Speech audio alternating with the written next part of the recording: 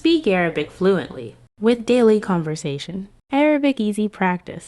Do you want to learn Arabic vocabulary faster? Want to have better listening comprehension and pronunciation? Speaking skills.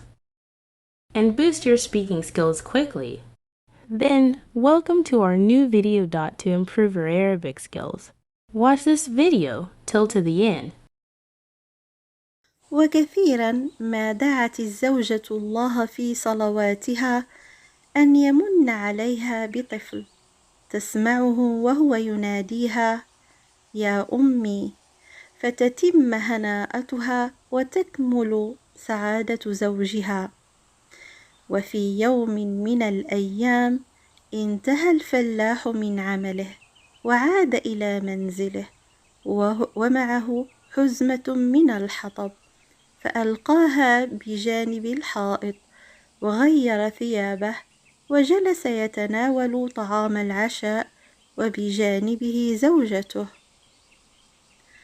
وبعد العشاء أخذت الزوجة تحدث زوجها وتقص عليه حلما رأته في نومها، فقالت: لقد حلمت في هذه الليلة أن الله سبحانه وتعالى قد استجاب لدعائي وتقبل صلواتي ورزقنا طفلا جميلا.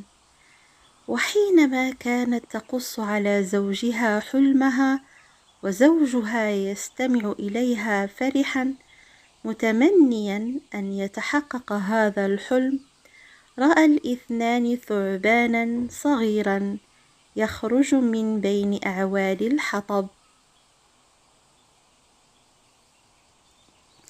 كان الثعبان صغيرا لطيف الحركة، فلما رآه الزوجان سكتا عن الكلام وجعلا يتأملان حركاته، ثم تذكرت الزوجة حالها وبدأت تبكي وتقول لزوجها: انظر، حتى التعابين لها صغار، أما نحن فليس لنا أطفال.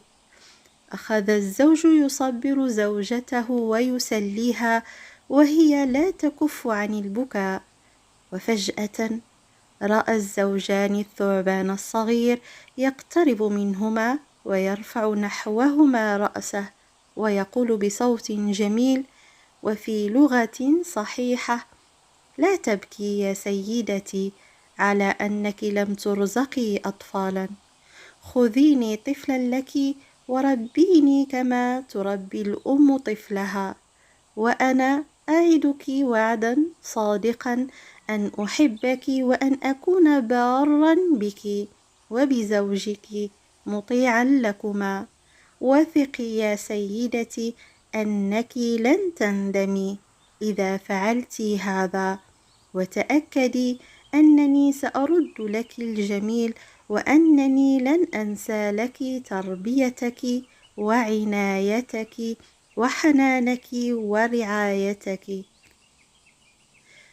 ثم التفت الثعبان نحو الفلاح وقال: وأنت يا سيدي تأكد أنك ستنال الخير إذا تبنيتني، وأنك ستجدني الولد الطيب المطيع. عجب الزوجان لحديث الثعبان الصغير عجبا شديدا، ولم يستطيعا الكلام لشدة دهشتهما.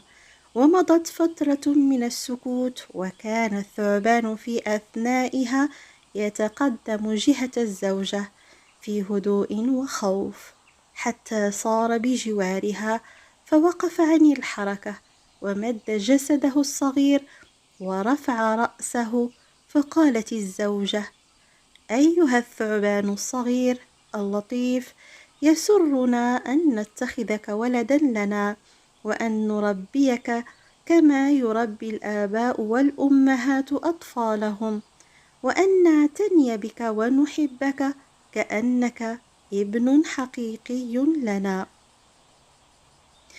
ثم قامت فحملت الثعبان ونظفته ووضعته في مكان نظيف، ثم صنعت له فراشا لينا من قطعة حرير كانت عندها، وأرقدته في صوان الملابس، وتركت جزءا من باب الصوان مفتوحا للتهوية حتى لا يموت.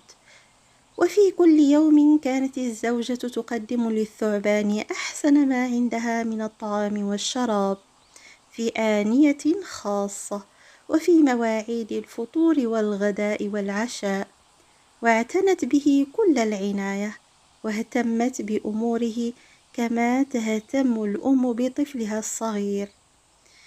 نمى الثعبان وكبر وصار ضخما أضخم من أي ثعبان رآه الفلاح وزوجته، وكان يزحف إلى حديقة المنزل في النهار ويعود إلى مكانه في مواعيد الطعام كأنه إنسان منظم دقيق.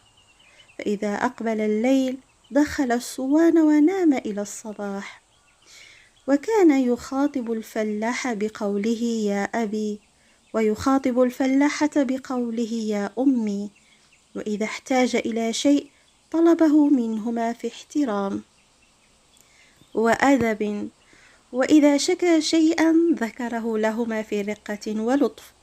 مرت الأشهر والسنون والفلاح وزوجته والثعبان يعيشون كأنهم أسرة واحدة سعيدة.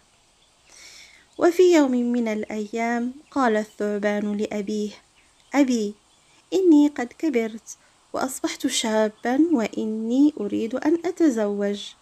قال الفلاح: هذا رأي جميل، وسأبحث في الحقل عن رفيقة لك من بنات جنسك لتكون زوجة لك تشاركك في حياتك حلوها ومرها.